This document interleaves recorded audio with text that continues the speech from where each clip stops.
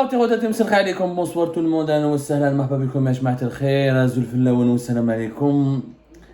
Nous sommes le 4 juillet 2023 et il s'avère que les Algériennes et les Algériens, depuis le début de cette tragédie émouvante qui a secoué la France depuis le 27 juin dernier avec la mort du jeune Naël, 17 ans, assassiné par un policier, froidement par un policier.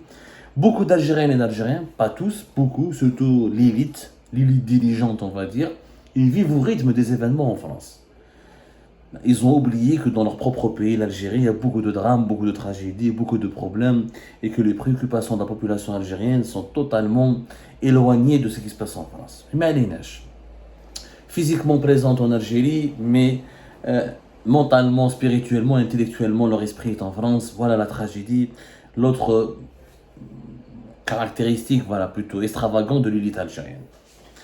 Alors, depuis le début des événements, un article est sorti le 1er juillet dernier qui illustre parfaitement la position du régime algérien vis-à-vis de la France et qui résume aussi les attentes du régime algérien vis-à-vis de la France, les angoisses des décideurs algériens vis-à-vis de la France et qui explique quelque part, ou qui illustre parfaitement la symbolique de la complexité des rapports qu'entretenus par le régime algérien avec la France.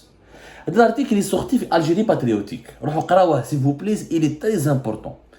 Puisque pourquoi le régime algérien a besoin de la France, pourquoi ils se sont malheureux sans la France, pourquoi il ne pourra pas vivre ni survivre sans la France. Vous devez lire cet article. Que dit cet article? Il dit le 1er juillet 2023, Algérie patriotique publie le chaos en France. Le chaos en France est un avant-goût de ce qui arrivera si l'Algérie est agressée. Le chaos en France est un avant-goût de ce qui arrivera si l'Algérie est agressée. Il faut le lire. Alors, Algérie patriotique, ce n'est pas un média comme tous les autres. C'est un média important parce que c'est le média, on va dire, attitré de l'institution militaire en Algérie, et de l'armée et des anciens généraux des années 90 et d'une grande partie du courant le plus dur, le plus conservateur de l'institution militaire. Parce qu'elle appartient au Nzar, Khan Nzar, ancien ministre de la Défense nationale, ancien chef d'état-major de l'armée algérienne, fin des années 80, ancien ministre de la Défense nationale au début des années 90, et l'une des têtes pensantes du régime algérien. Son fils, Lotfi Nzar, qui était lui impliqué dans la gestion de ce site, disons qu'il ne dirige pas à eux seuls ce média. Et ce média ne traduit pas uniquement leurs pensées ou leurs opinions. Donc il ne faut pas mettre, ce serait très réducteur et même pas correct, et je dirais même pas du tout, on ne serait pas du tout dans la vérité si on réduit ou là si on impute plutôt toutes les pensées, toutes les opinions, là, tous les contenus qui sont diffusés par Algérie patriotique, on ça. C'est très réducteur et ce serait pas conforme à la vérité. Parce que dans Algérie patriotique, c'est tout le courant, pas que les Nzars. L'ensemble des officiers qui ont servi l'armée algérienne, qui sont à la retraite, ou qui sont encore en fonction, ou qui ont fait les services de l'enseignement, ou qui ont occupé des postes sensibles au plus haut sommet de l'État, mais qui appartiennent à ce qu'on appelle le courant éradicateur. Le courant éradicateur, c'est le courant anti-islamiste. C'est le courant qui voulait même pas de la réconciliation nationale, qui voulait faire la guerre jusqu'au bout durant la dissidence aux islamistes, et qui n'a jamais pardonné aux islamistes leur rébellion, qui n'a jamais voulu leur existence en Algérie, et c'est le courant de ce qu'on appelle les officiers les plus conservateurs. Ils ont le conservatisme au sein de l'institution militaire algérienne, il est basé sur quoi? L'anti-marocanisme, faire toujours la guerre au Maroc, ne jamais reconnaître le Maroc comme un ami, comme un bon voisin, ne jamais traiter avec les islamistes, ne jamais le reconnaître, ils sont anti-impérialistes, ils se méfient toujours de l'Occident, ils ne croient pas à l'Occident, ils ont des rapports complexes et pour l'Occident pourrait toujours se retourner contre eux pour essayer de fomenter, de financer une rébellion ou de leur comploter contre leur sécurité et les remplacer par un autre régime.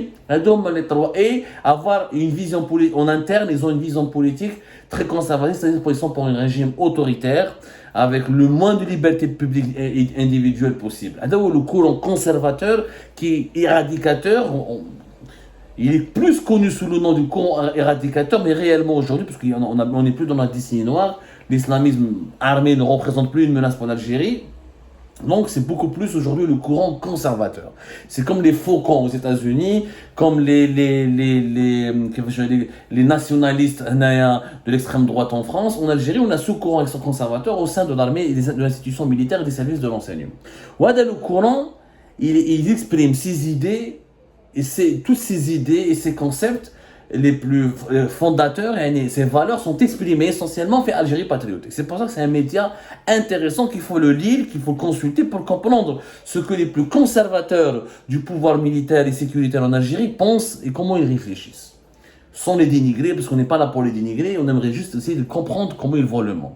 Regardez un passage de cet article qui expliquera, on va l'expliquer ensemble. Je te fais un mot où le régime algérien, il a beau vouloir faire croire à son peuple qu'il veut snobber la France, qu'il n'a plus besoin de la France, qu'il s'est tourné vers la Russie, qu'il cherche auprès de la Chine, mais en réalité, dans les coulisses, il entretient toujours une dépendance importante vis-à-vis de la France, il veut toujours que la France soit de son côté, et à chaque fois que la France ne rend pas service au régime algérien, ou ne soutient pas, ou n'apporte pas la caution, ou l'appui dont le régime algérien a cruellement besoin, et bien la France elle est critiquée, vilipendée, détestée. Et regardez ce passage, vous allez comprendre pourquoi. La vérité est que le pouvoir français est pleinement conscient du danger que représente la forte communauté algérienne au cas où l'Algérie venait à être agressée. Algérie patriotique avait fait état de l'existence d'un mémento établi par l'état-major de l'armée française qui prédit la nécessité pour les forces armées d'intervenir en cas de menace interne en France. Contrairement à la tribune de généraux à la retraite qui ont mis en garde Emmanuel Macron sur cette éventualité, en appelant à mater les banlieues ou les nettoyer au Karcher pour reprendre l'ancien président Nicolas Sarkozy, le rapport officiel en question laisse entendre qu'une guerre civile n'est pas à exclure. Donc, je vous mets la vérité est que le pouvoir français est pleinement conscient du danger que représente la communauté algérienne au cas où l'Algérie venait à être agressée. C'est pour cela d'ailleurs que la communiqué du ministère algérien des Affaires étrangères au sujet de l'affaire Nahel a été perçu par les médias français qui en réalité ne font que répercuter la doctrine officielle comme une ingérence inacceptable dans les affaires internes françaises. Algérie patriotique, là, nous délivre un message qui est fondamental. Cet article, il faudra l'imprimer à Jma'a et le garder, et le collectionner ou l'afficher ou le mettre sur un tableau parce qu'il exprime absolument la doctrine secrète du régime algérien, portée par ce courant conservateur. Si l'Algérie est agressée, c'est la communauté algérienne en France qui va foutre les troubles, qui va faire des émeutes et qui va causer des problèmes à l'Occident. Je vous dis, Algérie patriotique, mais par qui l'Algérie venait à être agressée? Parce qu'officiellement, l'Algérie n'est pas en guerre contre la France. Quand tu lis cet article, mais Abdou, l'Algérie n'est pas en guerre contre la France. Officiellement, nous avons un partenariat. Emmanuel Macron, il est venu en Algérie le 25, 24 et 26 et 27 août 2022. Il y a eu Elisabeth Borne avec une quinzaine de ministres qui est venue en octobre 2022. Il y a des accords, il y a 20 consulats d'Algérie en France, il y a 3 consulats français en Algérie, il y a 30 000 Français de souche qui sont en Algérie, il y a des entreprises françaises, il y a 9 milliards d'euros, etc. d'échanges, entre 9 à 10 milliards d'euros d'échanges économiques. On n'est pas l'ennemi de la France, et la France n'est pas l'ennemi de l'Algérie. Oui, mais le régime algérien ne vise pas la France. Il dit que c'est l'Algérie qui est venue être agressée. Par qui? Par le Maroc et Israël. Israël qui est assimilé à un satellite de l'Occident, armé et soutenu par l'Occident.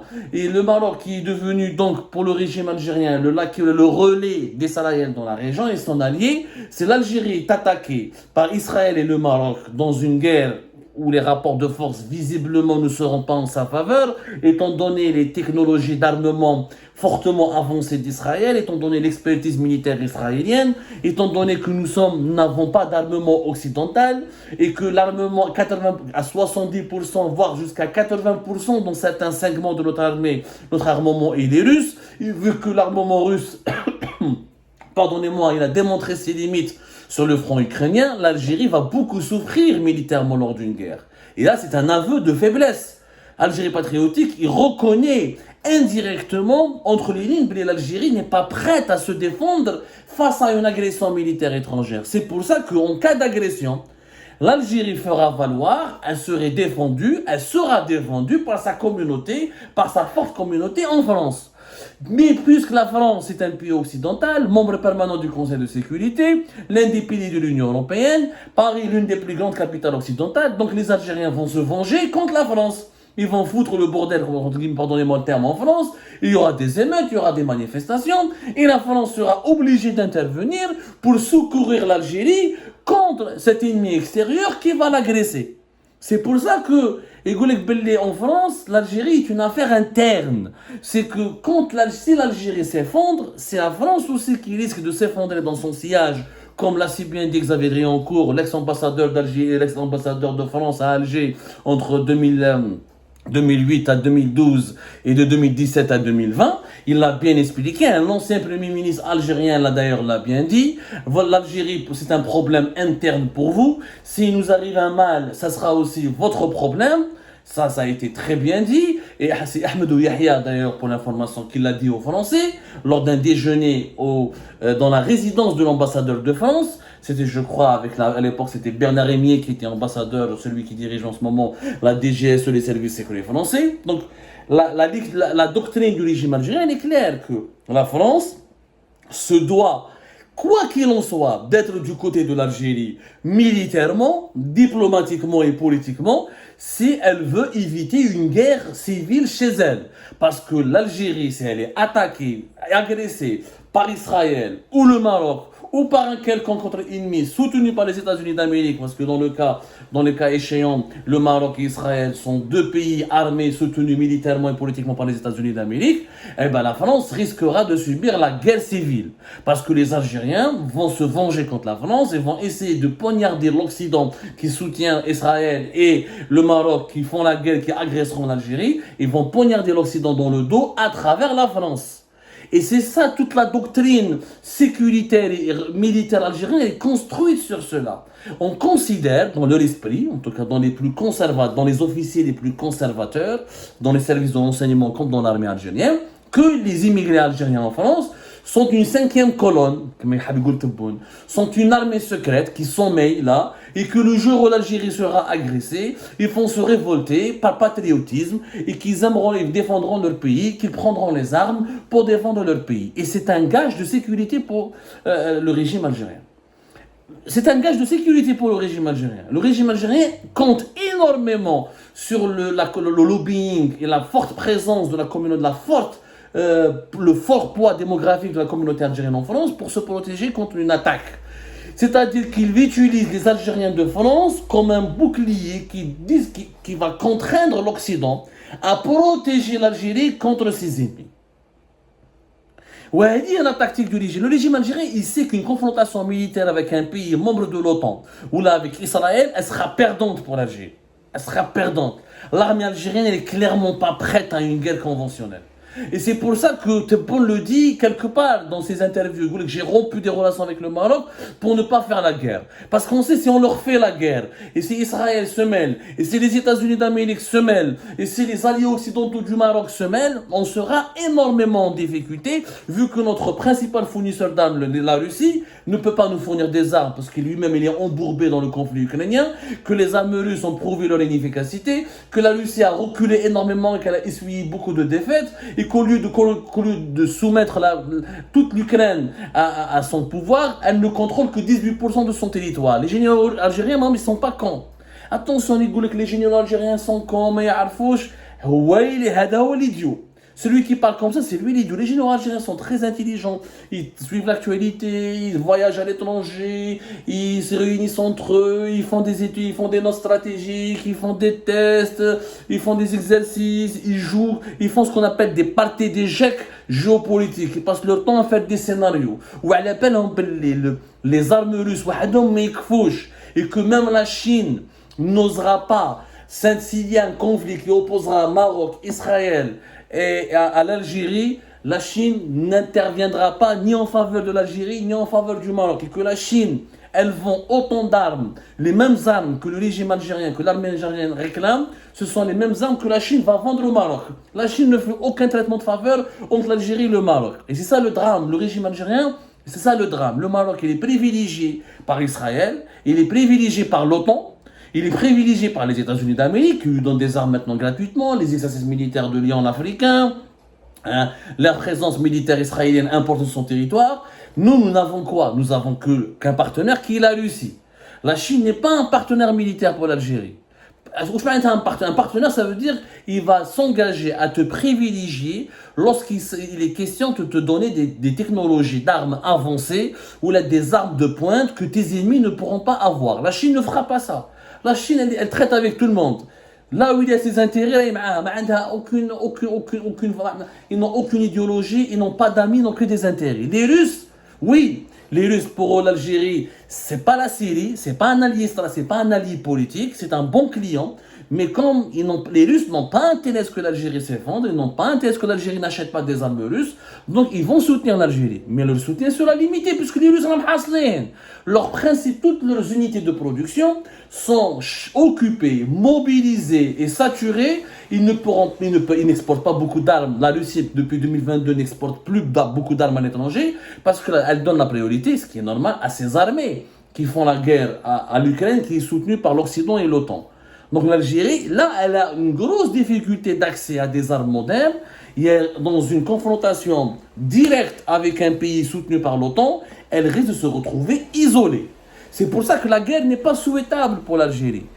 Donc, l'autre bouclier de protection, c'est la France.